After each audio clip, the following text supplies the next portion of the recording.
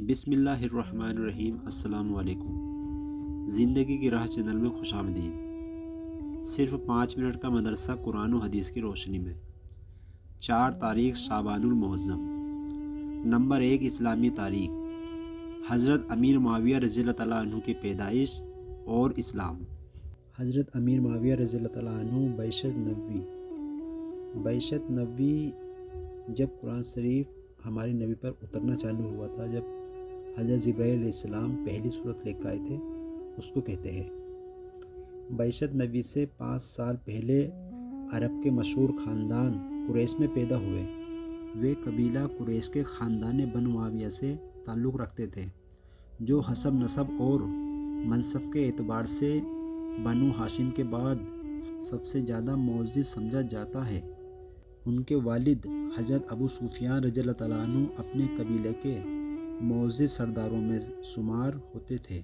حضرت امیر معاویہ رضی اللہ تعالیٰ عنہ کے اندر بچپن ہی سے عزم و حوصلے کے آثار ظاہر تھے۔ نوعمری کی حالت میں ابو سفیان رضی اللہ تعالیٰ عنہ نے ان کو دیکھ کر کہا، میرا بیٹا بڑے سروالا ہے جو قوم کا سردار بننے کے لائق ہے۔ ایک قیافہ شناس یعنی بھوشیوانی کرنے والا نے امیر معاویہ رضی اللہ تعالیٰ عنہ کو دیکھ کر کہا، میرا خیال ہے یہ اپنی قوم کا سردار بنے گا۔ ماں باپ نے خاص طور پر ان کی تربیت کا اہتمام کیا، مختلف علوم و فنون سے آراستہ کیا، لکھنا پڑھنا سکھایا۔ شروع ہی سے ان کے دل میں اسلام کی محبت گھر کر چکی تھی۔ اس کی بڑی دلیل یہ ہے کہ وہ بدر، احد، خندق اور غزوہ حدیبیہ میں جوان ہونے کے باوجود کفار کی جانب سے شریک نہیں ہوئے۔ البتہ بعض مصلحتوں اور مجبوریوں کی وجہ سے انہوں نے اپنے خاندان کے ساتھ فتح مکہ کے موقع پر اسلام کا اظہار کیا۔ نمبر 2 حضور صلی اللہ علیہ وسلم کا معجزہ، بکری کا لمبی عمر پانا۔ حضرت معبد فرماتی ہیں کہ میری وہ بکری جس پر رسول اللہ صلی اللہ علیہ وسلم نے اپنا مبارک ہاتھ پھیر کر دودھ دہا تھا، اس نے بہت لمبی عمر پائی۔ چنانچہ وہ حضرت عمر رضی اللہ تعالیٰ عنہ کے زمانے خلافت تک زندہ رہی۔ حالانکہ بکری عام طور پر اتنی لمبی مدت تک زندہ نہیں رہتی ہے، بلا شبہ یہ آپ کا معجزہ ہی ہے۔ نمبر 3 ایک فرض کے بارے میں، اولاد کی وراثت میں ماں باپ کا حصہ۔ قرآن میں اللہ تعالیٰ فرماتا ہے، ماں باپ میں سے ہر ایک کے لیے میت کے چھوڑے ہوئے مال میں 6واں حصہ ہے، اگر میت کے لیے کوئی اولاد ہو۔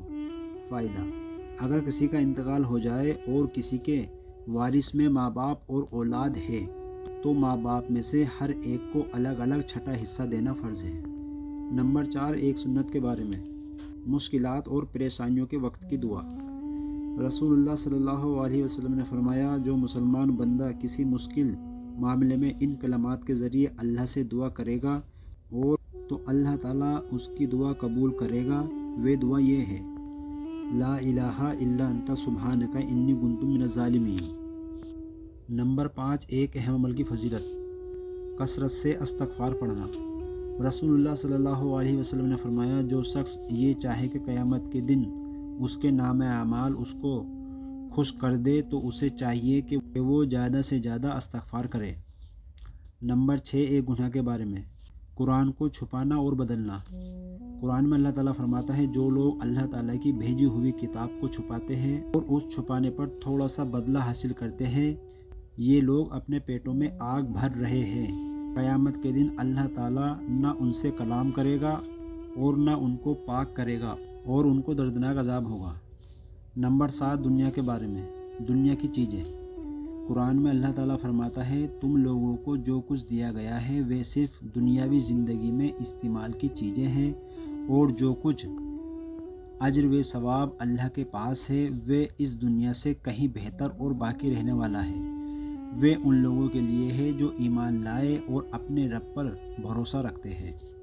نمبر 8 آخرت کے بارے میں، جنت کی نہریں۔ رسول اللہ صلی اللہ علیہ وسلم نے فرمایا، جنت میں ایک نہر پانی کی، ایک نہر شہد کی، ایک نہر دودھ کی اور ایک شراب کی ہوگی۔ فائدہ: جنت کی شراب میں نہ نشہ ہوگا اور نہ اس میں بدبو ہوگی، بلکہ بڑی خوشبودار اور لذیذ ہوگی۔ نمبر 9 طب نبی سے علاج، مہندی سے علاج۔ رسول اللہ صلی اللہ علیہ وسلم کو جب بھی کوئی کانٹا چبھا یا زخم ہوا تو آپ صلی اللہ علیہ وسلم نے اس پر مہندی لگائی۔ فائدہ: مہندی جراثیم کو ختم کرتی ہے، جلن اور سوجن کو دور کرتی ہے، نیز اس میں دوسرے بھی بہت سے فوائد ہیں۔ نمبر 10، نبی صلی اللہ علیہ وسلم کی نصیحت۔ رسول اللہ صلی اللہ علیہ وسلم نے فرمایا، جو آدمی تمہارے پاس کوئی چیز بطور امانت رکھے تو طلب کرنے پر اس کی امانت واپس کر دو، اور جو آدمی تمہارے ساتھ خیانت کرے تو تم بھی اس کی طرح خیانت مت کرو۔ اللہ تعالی ہمیں ان سب باتوں پر عمل کرنے کی توفیق عطا فرمائے، آمین۔